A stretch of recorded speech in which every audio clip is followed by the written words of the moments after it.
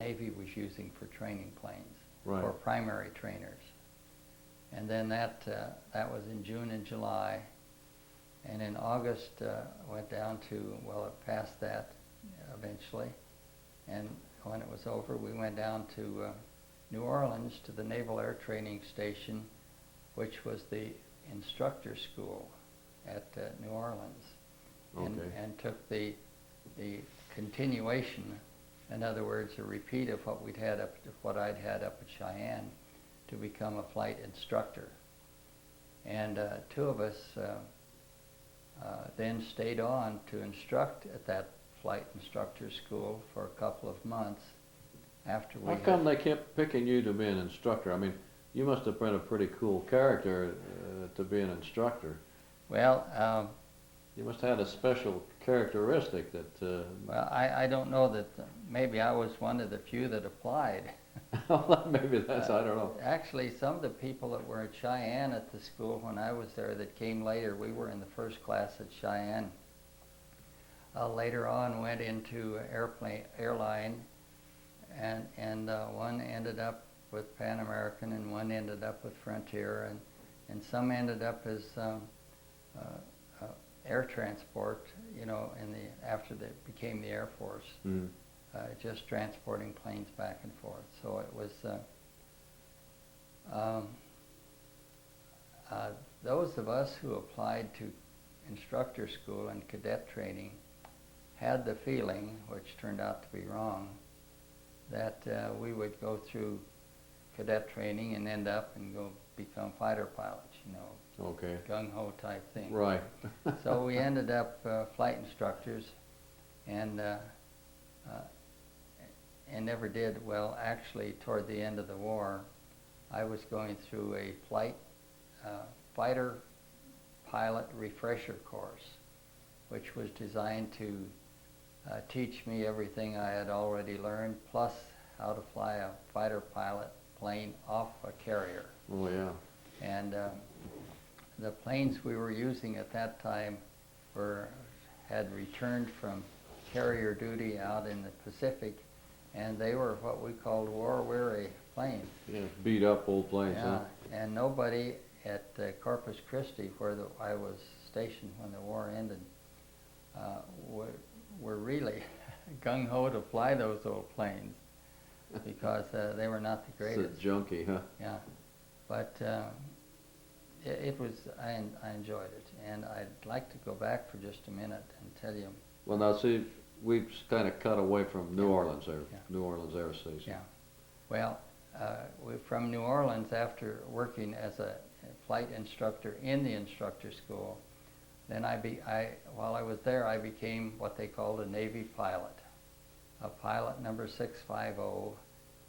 Preceded with an NO for New Orleans 650. Okay. And of course I had my Navy number was 282697. You know, you live with it forever. Right. I can't remember a lot of them, but I can remember that one. But then I was transferred to Ottumwa, Iowa Naval Air Station, a primary training station for cadets. And that was one of the reasons I brought that paper. I wanted to go over that with Sherry again, because it tells a little more about the station. But they had 2 squadrons, and then each squadron has a right and a left wing. And each wing had 50 to 60 pilots in it. Okay. So if you multiply that by 4, then you see that we had from 2 to 250 pilots at Ottumwa, and we flew off a little round. Well, each squadron had a separate tarmac to fly off of, and it was probably, I suppose, close to a half-mile across, but probably not quite that much. A circular tarmac, and then if you can visualize 100 planes taken off. And we flew right-hand traffic on my wing, and the other flew left-hand traffic. So if you can visualize 100 planes taking off and circling, then 100 of them coming back in at the end of an hour and a half. And I never did see an accident on our field. Is that right? Yeah. Pretty good, I'd say. That many planes and that much action. Yeah. And those were Stearmans? Yes, Stearman. Oh, Stearmans, okay. Oh, down at the instructor school, we did fly a Navy-built plane called N3N. N3N meant that it had been built by the Navy. And it was very much like a Stearman, but a big old clumsy thing. Mm-hmm. And we discovered that you could turn it upside down and it would just sit there and shudder. In the air? Just shudder, wouldn't spill off on either wing until you deliberately turned it over. So it was probably the safest plane in the Navy at that time for training, because there wasn't really much of a way you could hurt it or yourself. And so but then the Stearmans were standard at the primary training stations. Right. Okay. So you went to Ottumwa, and then what happened to you at Ottumwa? I mean, well, and you had this big exercise there. And well, Ottumwa, I got there, I think, in October of '43, and then in the spring of '44 is when I finally got nerve enough up to get married with Thelma, who had been waiting on me for years. And so I came back to Sterling, and we were married in April of '44. What was Thelma's maiden name? Dietz. Dietz, okay. Yeah. Her father worked for the sugar factory here. Okay. And they had moved from Brush in 1936, so she put up with me for a long time, and is still putting up with me. That's right. She's a lovely woman. Yeah. Well, I couldn't get along without her, I say that. And then, that was where we started married life in Ottumwa. And then in December of that year, '44, I received transfer to Dallas Naval Air Station. And it happened just at Christmas time, and it was supposed to take effect the 1st of January, but then they sent notice out that if we were to check out, we could leave before Christmas. Checking out meant you had to go to every one of 20 different places on the base and get permission to leave. They would sign. Wow, is that right? Yeah. And so while Thelma was packing our little apartment off, which didn't take too long, I was checking out, and we left on the 23rd of December, and we drove all night that night across at 35 miles an hour across Iowa and Nebraska, and we had a blowout in the middle of Nebraska, and we got it repaired. And then we reached Proctor, where my sister and her family lived, on Christmas Eve about 6 o'clock. What was your sister's married name? Virginia Lamb, Mrs. Okay. Arlen Lamb. Okay. And she called my mother here in Sterling, and my sister, Marjorie, my younger sister, was home for Christmas, and they got Thelma's folks to come over to my mother's apartment. And so then we drove in and walked in on them on Christmas Eve about 8 o'clock. I tell you, that was the... Yeah. Did they know you were coming? Oh, they had... Oh, you surprised them completely. Yeah. Wow. Well, Virginia told Marjorie why, and Marjorie kept wondering why in the world we didn't get there. But you know, visiting with the folks at Proctor, Virginia and her family, it just took so long, and then had kind of puddle jump on in at 35 Sure. miles an hour. Yeah, that was the speed limit in the ward, Yeah. wasn't it? Supposedly. So we had So a then, great what time. kind of car were you driving across the country? Chevrolet. Chevrolet, huh? Yeah, and it was a used one. Yeah. Yeah, and it performed quite well considering everything. And then I was transferred then to continue. After the first year, then I went down to Dallas Naval Air Station, and about the middle of the month, Thelma came down and joined me. And that was when I first became aware of the difference between black and white. Because in the Navy, there were a number of blacks, but back in Iowa, they were always taking care of the room, or serving meals, or doing something like that, especially at the bachelor officers' quarter and that sort of thing. But down at Dallas, I walked into a place one time and I saw whites only, and a drinking fountain, whites only. Right. And I having grown up in Colorado at Padrone with Mexican students, fellow students, and then Sterling here, where there were a couple of black families, it didn't occur that that had never registered with me. It became very apparent. Yeah, there was a lot of dichotomy in the South there. That's right.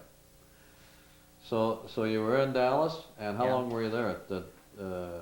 Was that NAS Dallas, Naval Air Station Dallas? Yeah, Naval Air Station Dallas, and we were there until that was toward the end of January until the first part of May.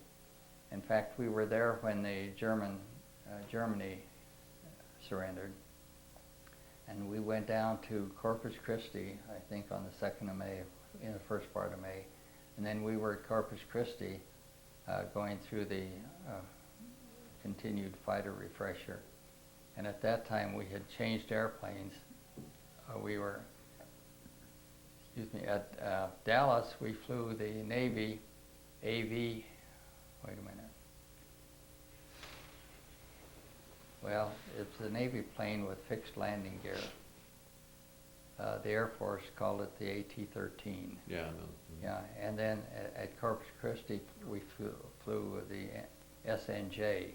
Yeah, the Navy was the SNV with the fixed landing gear, and the Navy was the SNJ with the Air Force AT-6. And that was what I was flying at the time the war was over. So you were there when they dropped the bomb in Japan and stuff. Yeah. And we, I think I had one flight left before going to the next base to fly the old SBDs. So it worked out pretty good. And one interesting thing that happened, I know you're acquainted with the hurricanes that happened. Right.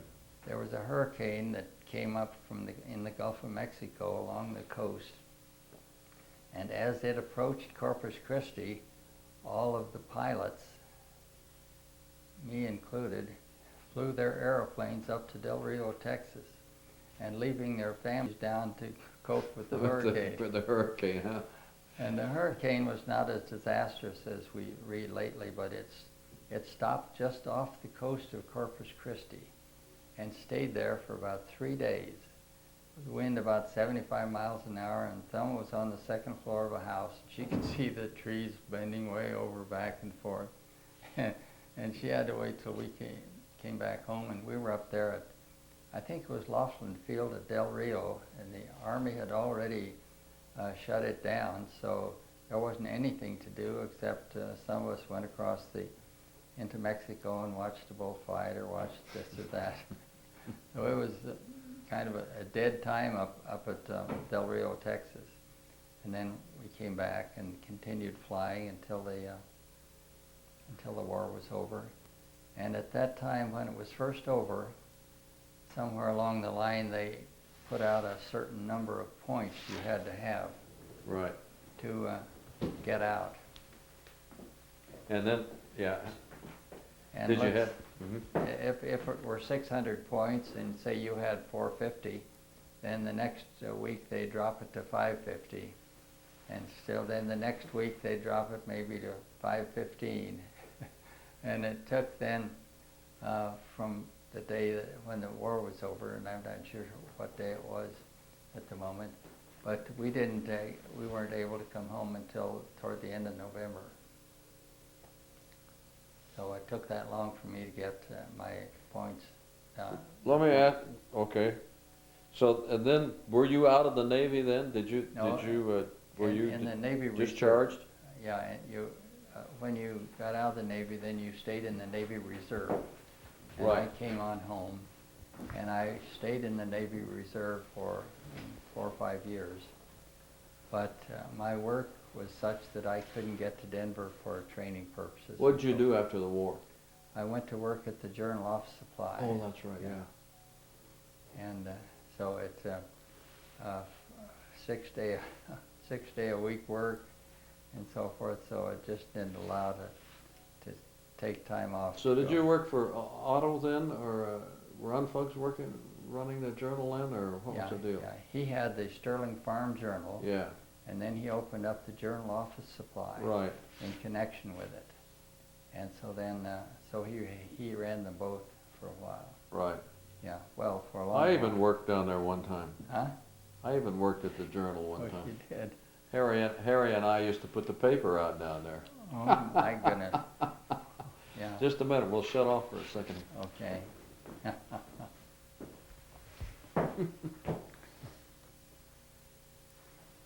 Doing good. So, what was your what was the highest rank that you attained? Well, the next one up above ensign was lieutenant junior grade. JG, huh? Yeah, JG, and that meant that on your sleeve you had a bar and then a half bar. Right. Mm-hmm. And I remember one time, you know, ensigns were what they called RA. And in other words, you didn't have enough rank to have any duty, authority.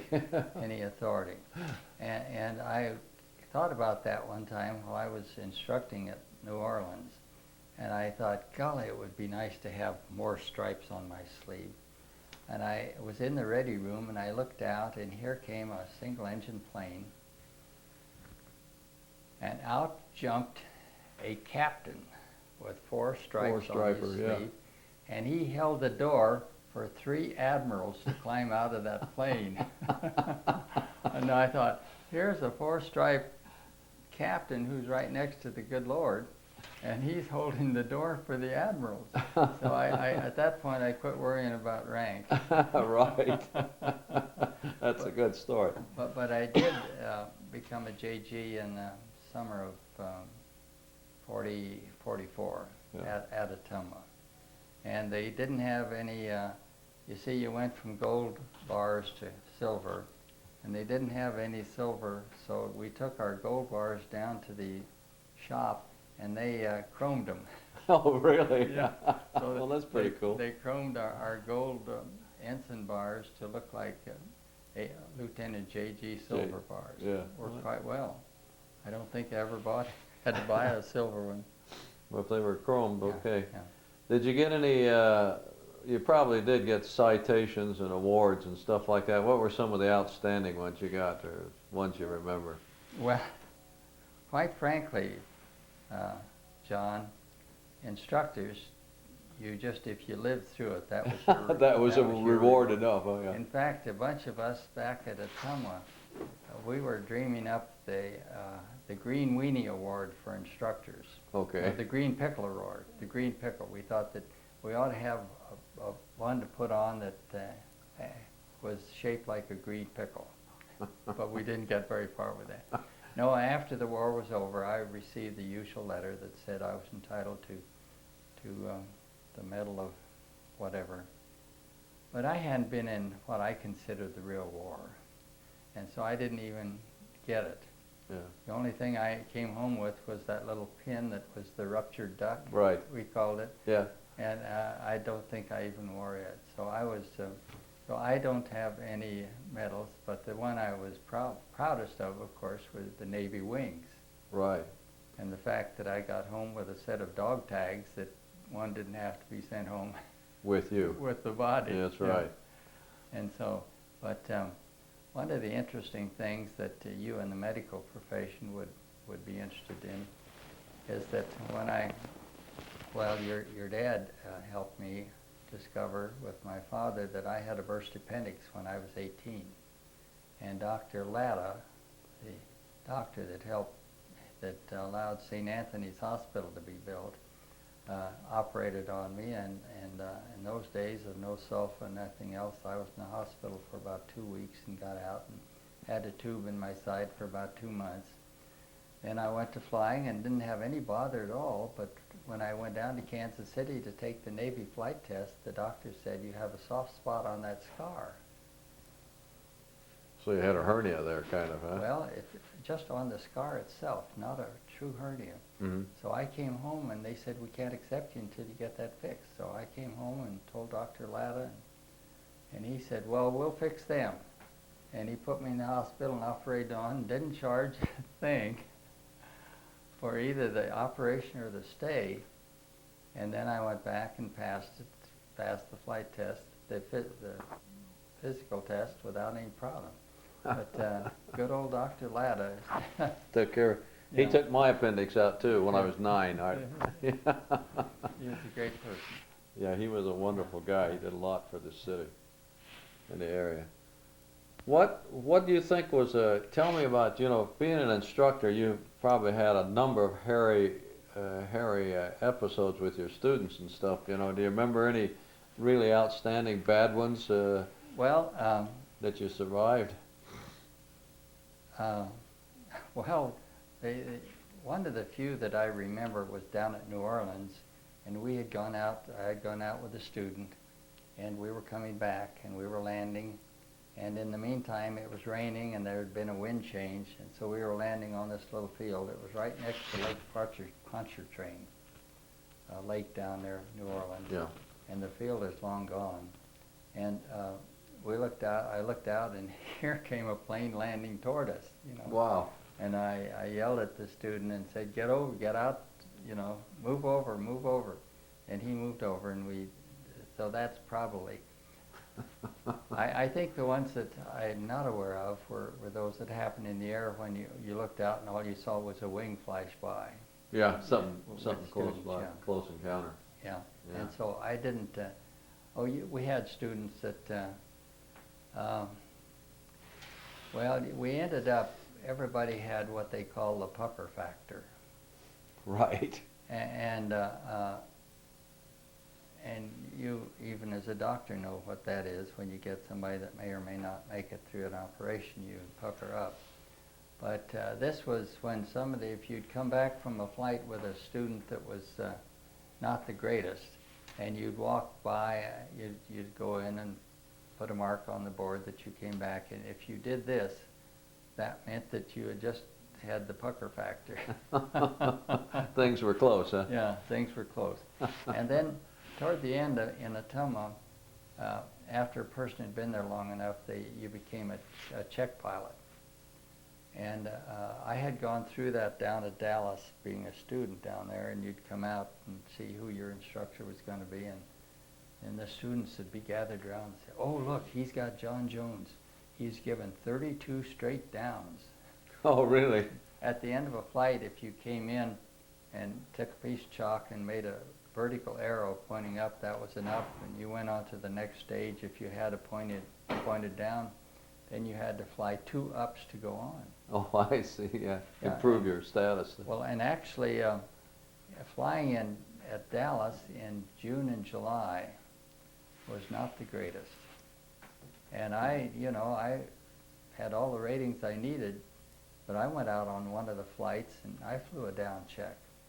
I don't know whether the instructor and I didn't agree on something, but so I came back and I thought, my gosh, if I don't fly 2 ups, I'll end up a swabby somewhere.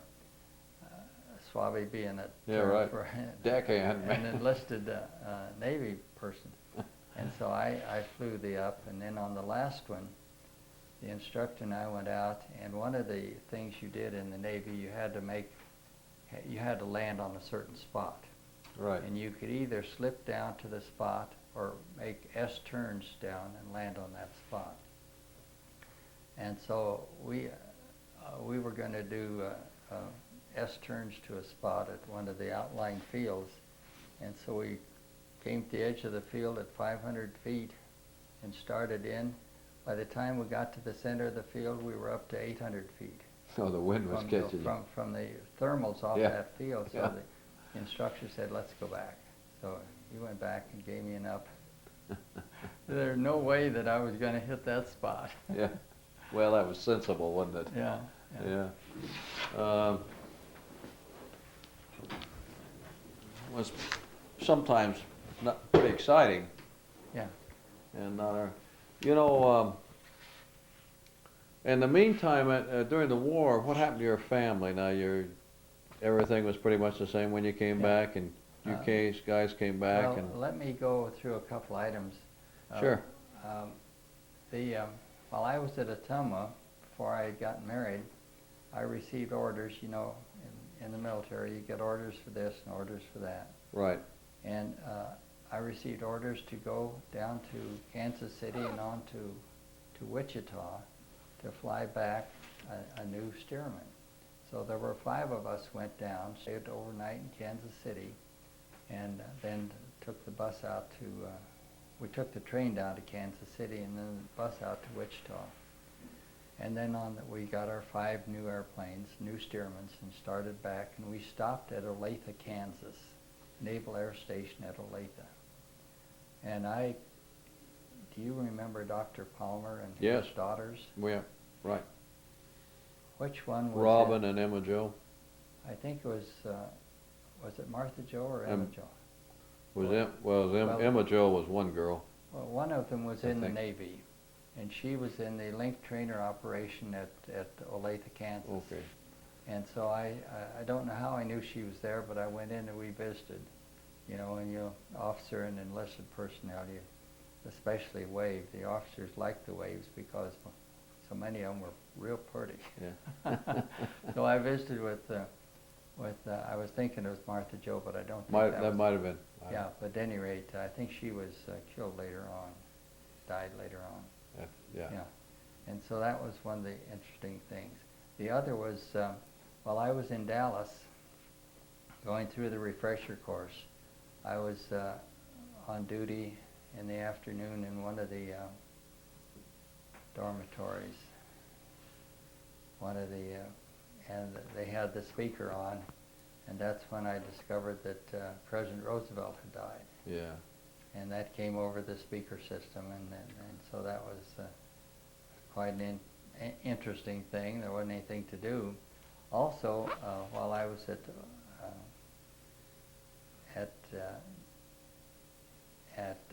Dallas, the second time, on going back for the refresher, there was one of the officers, I think he was a full lieutenant, had become just totally in love with a wave girl.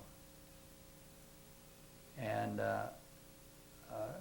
I don't know just what happened, and I was told about it, but apparently they marched him to the gate and cut the buttons off his coat and turned him out.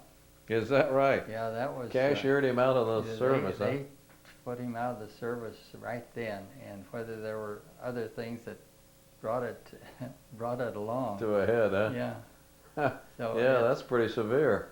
Well, at least they didn't throw him in the brig, though. Yeah. Yeah. Well, he must have brought it on himself. Maybe that was his way of getting out. I don't know. Yeah. I didn't know they did that very much anymore. Well, I had never heard of it, and I haven't heard of it since. No, But me either. that's what it was reported to me that had happened. Huh. And So after you got out of the service, now how old were you then about? well, 30? 45. I was 30. 30 years old, yeah. And And I you came was- back to Sterling. Yeah, I was little. They had gobs of ensigns and lieutenant junior grade. There were 25 and so forth. And here I was at 30, so there was no point in trying to stay in. Right. And so I came back, and I went to work for Otto, and he said that he was such a believer in the Chamber of Commerce and activities, I had to get real active in that. So, and that was in 1946, January of 46 that started. So I became active in the Chamber of Commerce, and then in 1953, I was chairman of the Aviation Committee for the Chamber of Commerce. Okay. And you knew Bob Jackson, Jackson Right. Sun Mortuary. Yes. Bob had gone to school with one of the Crossan kids, Joe because Joe Crossan. Joe was the younger of the two. Marfa was the older of the two. And Bob said, let's dedicate the airfield to Crossan to the crossings. And the reason it's up where it's located now is I brought that thing from Ron White, who tells how they got the airport moved from down the southeast part of the airport property up on the highway. Yeah. And he tells about that Billy Williams, who was chairman of was Secretary of the Chamber of Commerce, said, well, by blankety blank, we'll move it up there. They see it had burned down and were going to rebuild it. Well, so with Bob's pushing and my help, we got the city council to give $750 and the commissioners to give $750. We got the Sherwins to furnish a buffalo. We got George J. to barbecue it down in Pioneer Park. I suppose, I don't know who butchered the buffalo, but at any rate, and we had 40 or 50 planes come in, and we had the dedication. And your dad was the state senator at that time. Yeah. So he's in the picture. Yep. Yeah, and out there, and I think Bob Jackson did, and I was in the background, not even in the picture, but I was real proud about doing that because and then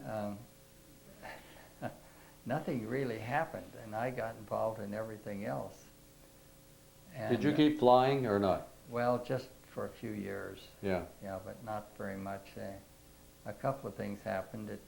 I had Mary and Dick came along, and then I had a 6-day-a-week job, and I ran out of time and money at the same time. So, so at any rate, Thelma had a sister back in Annapolis, and she passed away, I think, 1985, and we went back, Thelma and I went back and met with her husband. And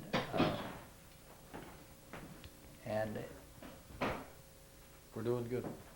And in visiting with her husband and some of his friends back there, I somehow mentioned that was active at Sterling, Crossan Field, and he said, Crossan Field, what's Sterling got to do with the Crossans?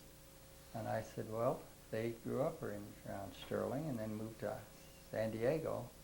And so I came back home. Oh, he said, I was Joe Crossan's radio man in Alaska. So I came back home and dug up everything I could and sent it to him. And then he sent me information. And at that time, I discovered that Kurt Kimball and Bill Muldoon, who was the publisher of The Advocate then, were interested in the Crossans. So the three of us started bugging everybody we could to get more information about the Crossans. And I discovered that there's an international women's air and space museum in Centerville, I think it's Centerville, Ohio, right next to Dayton. And they had information about Marvel Crossan that we didn't have. And Bill Muldoon got some big posters. If you've been in the airport administration building, you've seen those big posters on the wall of Joe and Marvel. Bill Muldoon arranged for those. And Joe Kielbasa of the city was real helpful because we needed something to display posters on the wall. And he said, some people wouldn't believe this, but he said, hey, we've got some money in the budget for that. Got what? Money in the budget for building glass cases on the wall for posters. So we got some beautiful, I think they're 4x6 glass enclosed boards on the wall where we can put up posters. And the city's been real helpful about that. So we worked real hard to get... If you go to Anchorage, and there's a aviation museum in Anchorage, of course the Crossans were really active but if you look in there, go through that museum, and I stopped to talk to, in fact I talked to one of the curators.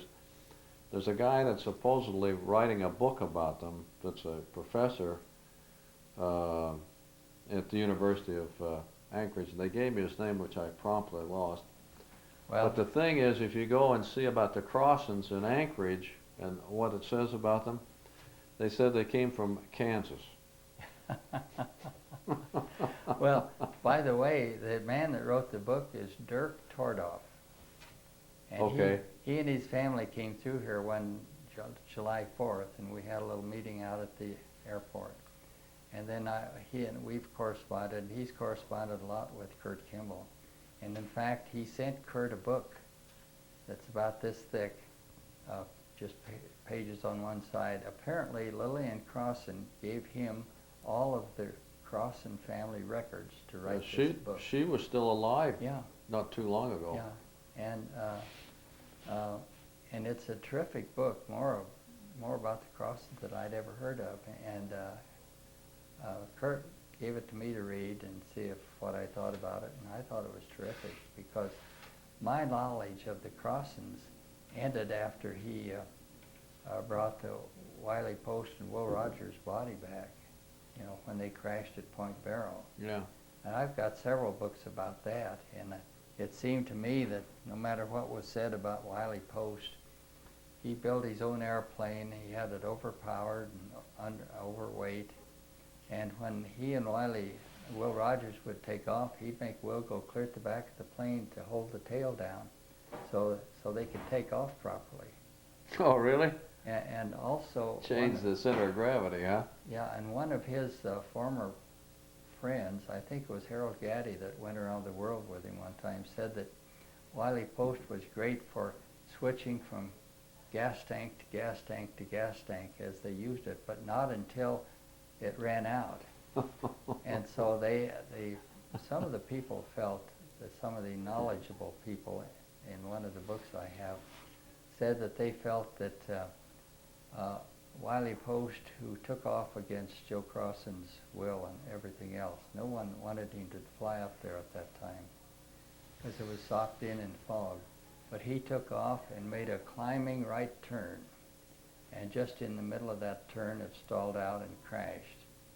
And the people that seemed to think they knew had a feeling that he had flown up there from Anchorage or wherever he had last taken off on the left wing tank. And when he made that tight turn to the right, oh, he ran out of gas. Yeah, there was no gas in that left wing tank, and that it just died instantly. Huh. And his body was wrapped up in the engine, and Will Rogers' body was back in clear in the tail, so it was in pretty good shape. Huh. And then Joe Crossan and Bob Gleason flew up there and brought the bodies back, and then brought them down to Seattle. Huh. So, well, that's a pretty interesting story. Yeah. It really yeah. But I'm sure my dad said he thought that Wiley Post and Will Rogers were up there shooting wolves out of that airplane, maybe. Well, reading what I've had about it, nobody knows for sure, because actually Wiley Post rented a house so he could come back from his trip, and he and his wife were going to move up there. He had rented a house the day before he was killed. Oh, is that right? And but to my way of thinking, and he turned down all these engines and just bullheadedly flew. Yeah.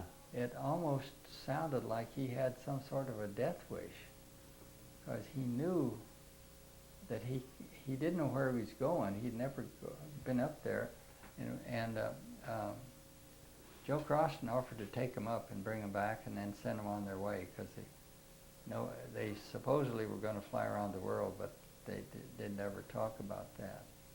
And but he refused, and then the radio station at Point Barrow, Post didn't have a radio on the plane, and so he flew up part way and told Joe that he was going to go just a few miles away to a radio station and radio up and find out how the weather was. But he never did. He didn't do that. And by the time he got there, it was just socked in solid. And but I hate to give anybody the wrong idea, but a guy that had flown around the world twice to act the way he was doing. That's right. It doesn't sound right. Yeah. No. And the fact that he had rented the house and was planning to come back, and don't know, do you? Just never will know. Yeah. Oh, okay, well, anything else? One last thing. Right. There's a new group formed here in Sterling called Friends of Cross and Field. Oh, yeah, I know about that. Yeah, have you? I went to the meeting, the first meeting. Oh, you did. Well, Yeah. $20 makes you a member Yep. for a year. Yeah, you were out there. and they're hoping that this new vision group of the city will have some vision for the airport, Right. because they need to extend the runway and they need to do some more work out there. Yeah. But there's a lot of commercial value to the airport for Sterling. Sure is. Okay, Chesley, thank you very much. John, I appreciate Yeah. the chance. Well, we'll maybe hear some more. Okay. Great. Okay. Chesley Harris. Thanks a lot, Chesley. Thank you.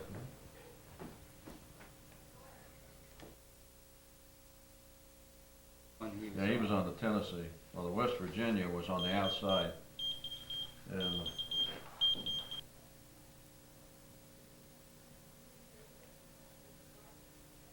And which ship was Richard on?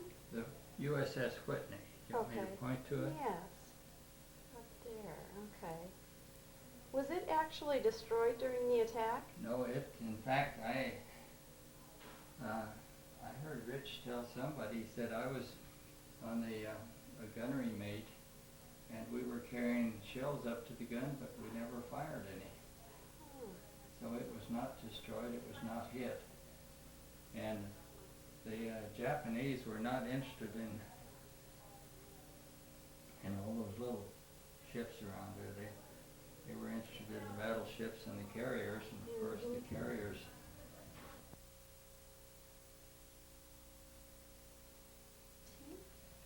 2001, and we're interviewing Chesley Harris.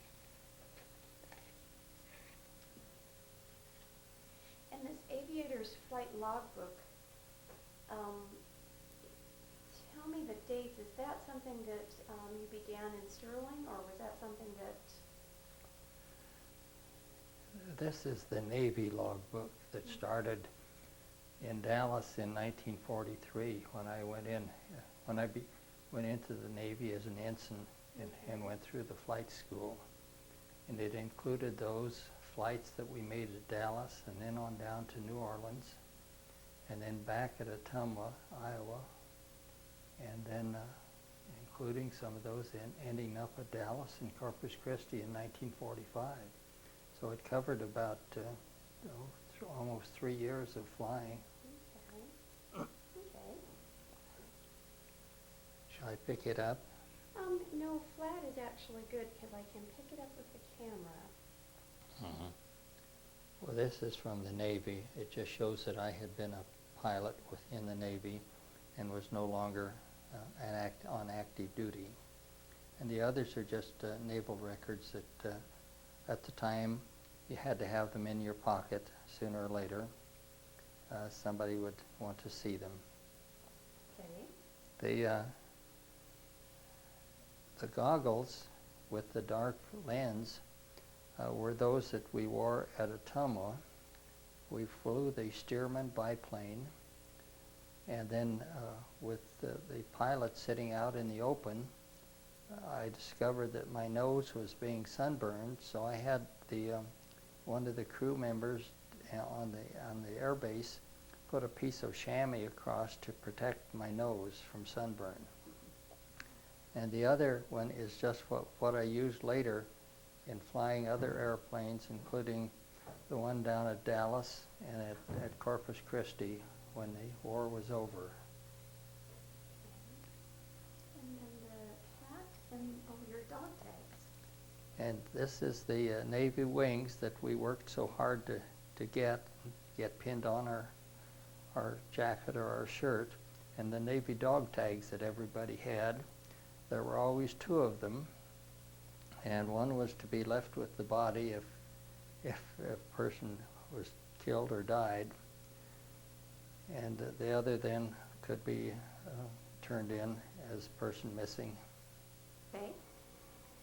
Roy Smith was the vice president of the Security State Bank, and in front of them was Dick Smith, the man who was in charge of the program.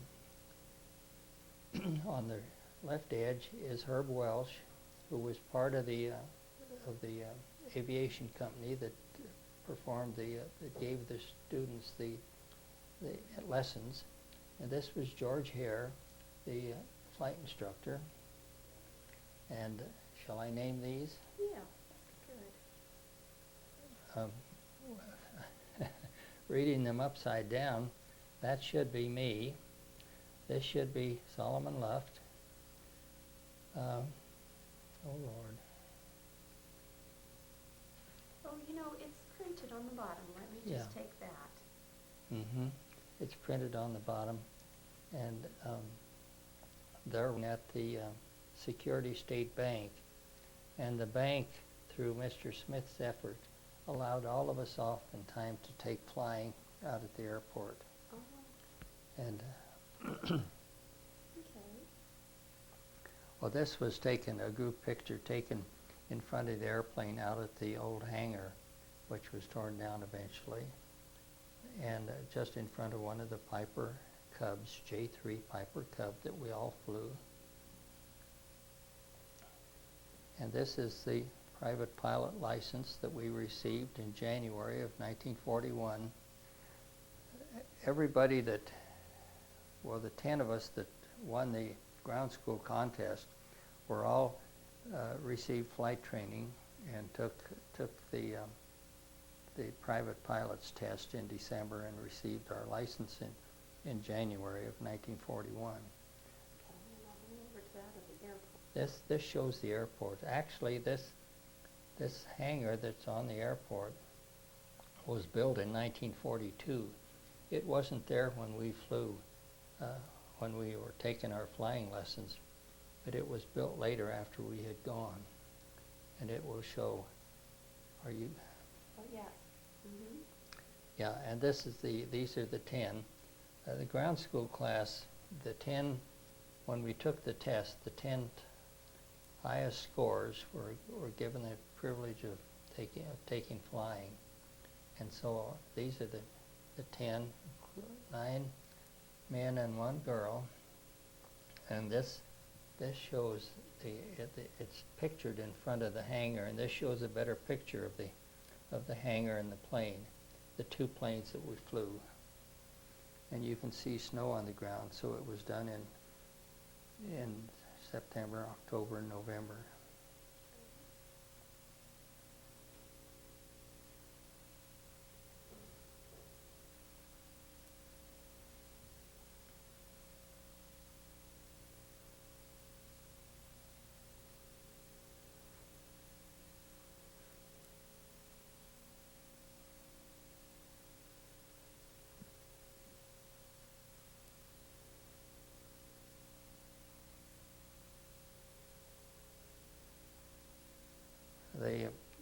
Those of us who went to Cheyenne in 1941 were all given uniforms to wear, and it was called Plains Airways, and this is the actual cap that I had at the time, and we of course thought we were pretty sharp crew, the 12 of us.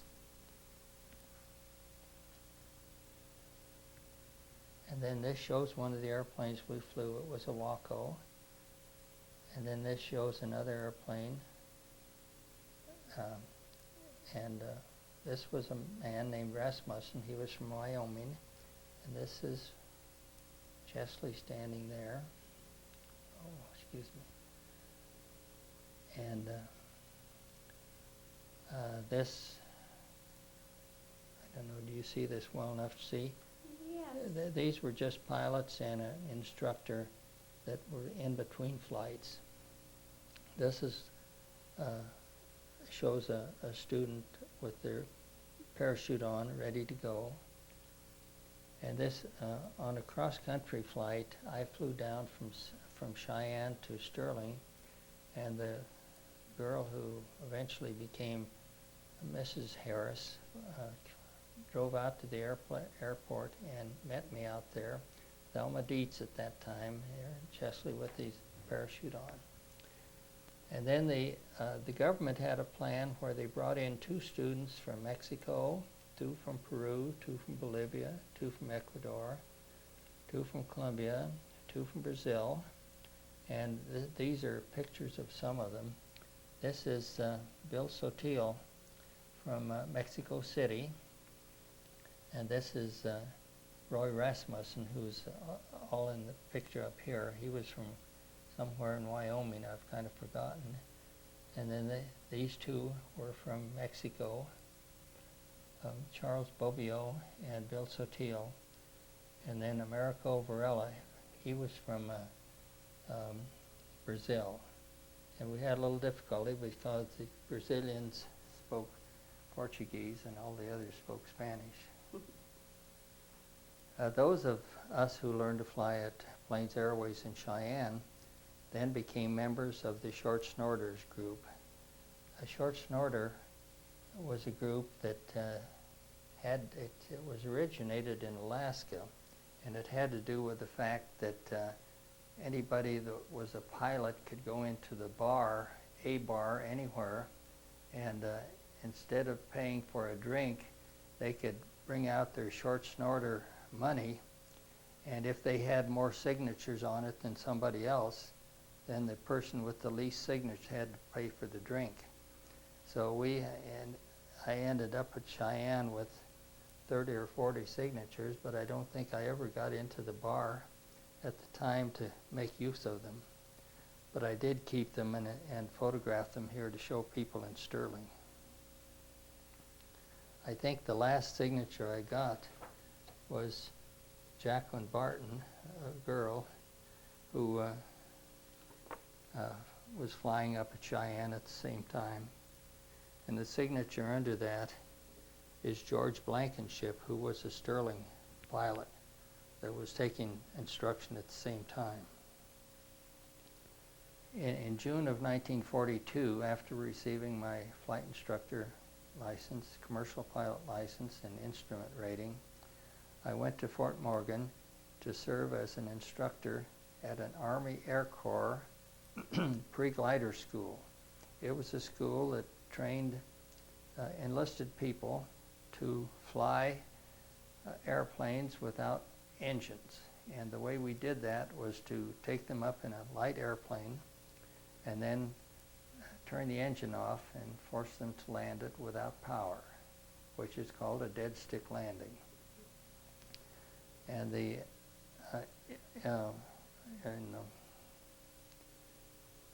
this happened in 1942, and I went down from Cheyenne and was a flight instructor with 5 students, and then I became a flight commander with 5 instructors, and each instructor with 5 students. So this is a picture of me with the instructors behind me, and this is a picture of the students with the instructors sitting on the ground in front of them. And then this is a picture of me with the outfit that the Air Force allowed us, the Army Air Corps allowed us to have. And this shows a picture of one of the instructors.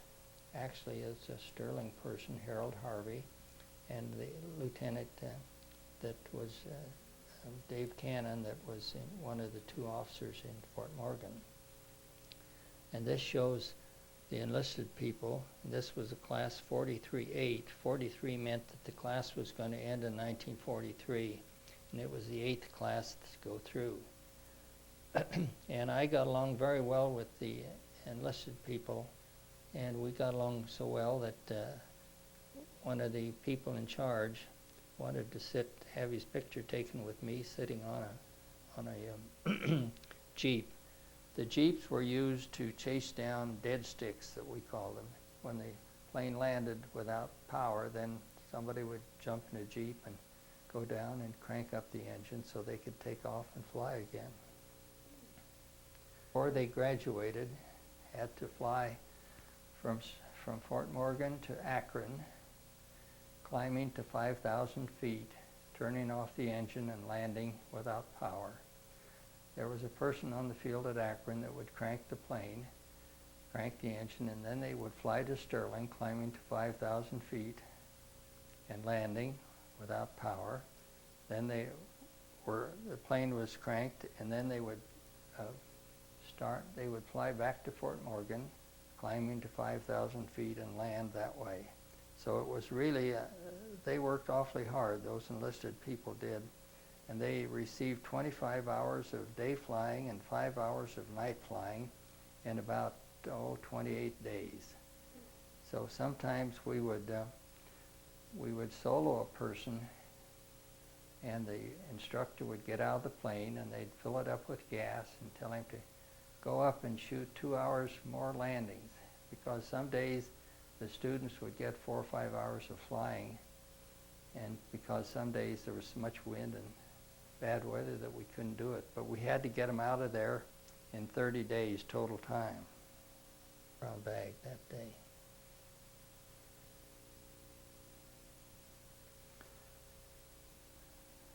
This tells a little bit more about the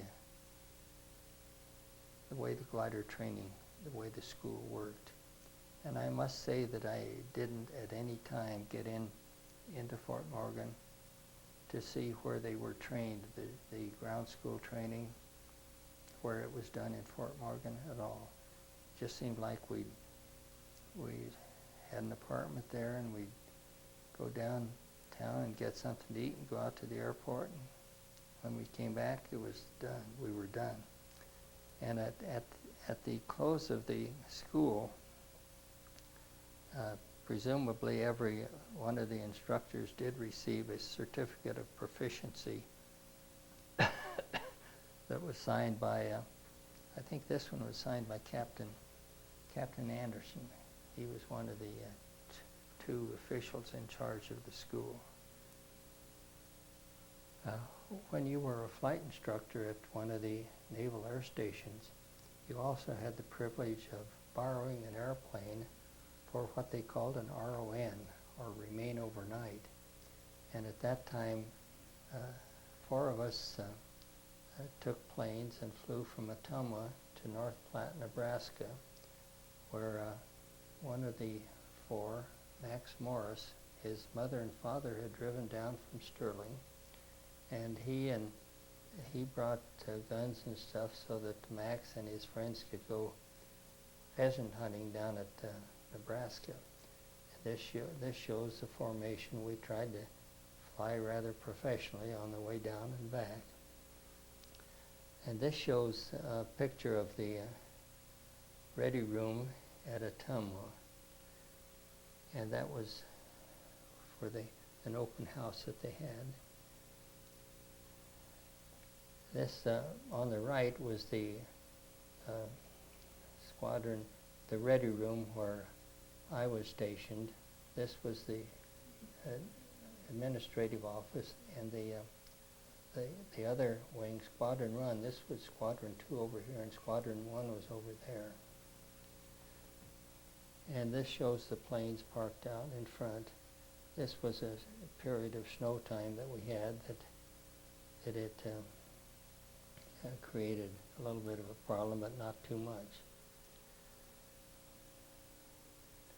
After finishing at Dallas originally, before we went to New Orleans, this is a picture of us stopping on the way down from Dallas to New Orleans to the instructor school. Just happy-go-lucky time for everybody at that time. And this shows that at Plains Airways in Cheyenne that I had to, in order to survive really, had to get certified as a ground school instructor for aerial navigation, radio, engines, aircraft, and so forth. And this shows that that I was approved as a ground instructor by the man in charge. The first, these are maps of outlying fields. The one here is the outlying fields at Ottumwa, at the Naval Air Station at Ottumwa, Iowa. And the one on the right are the outlying fields at the air station, Naval Air Station at Dallas. It was halfway between Dallas and Fort Worth. And then the field we flew off of was at Grand Prairie. And so then we'd take off at Grand Prairie and then fly out to one of the outlying fields for other training purposes. While at Ottumwa, I was privileged to be given orders to fly down to, not fly, but take the train down to Kansas City and go from Kansas City to Wichita to bring back a new airplane for training purposes. And there were several of us did that, and we rode the train down to Kansas City at night, got in about dark, and then the next morning went out to the Stearman plant at Wichita, and then flew back. Shall I turn that over yet? And an interesting thing, on the way back, we stopped at Olathe, Kansas, where there was a Naval Air Station at Olathe, and a girl from Sterling was a enlisted personnel, a WAVE, and she was in the link trainer department. And I don't know how I knew she was there, but I went over and visited with her, which was a little unusual because supposedly officers and enlisted people were not supposed to do much visiting together. Then Ottumwa had a 50th anniversary in 1947, and well, actually 1996, excuse me. And I couldn't attend, but I did send copies of some postcards that I had showing some of the buildings from the air station and some of the things around town.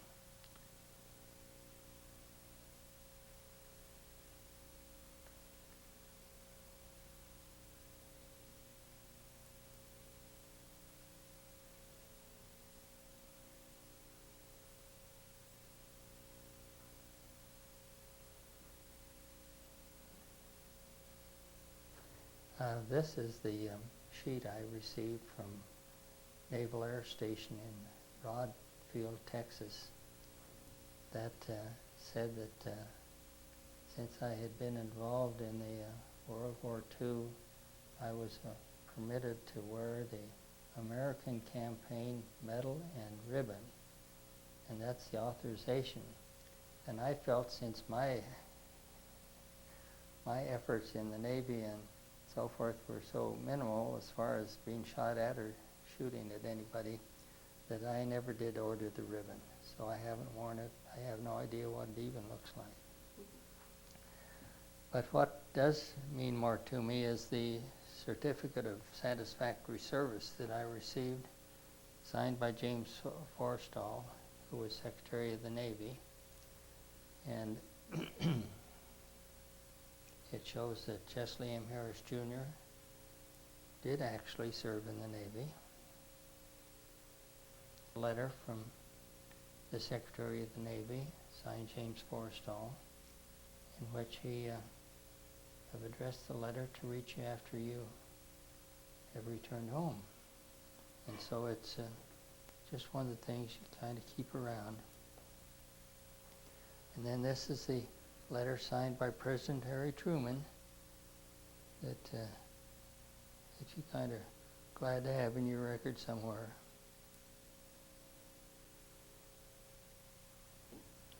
This shows that the United States of America, by order of the President,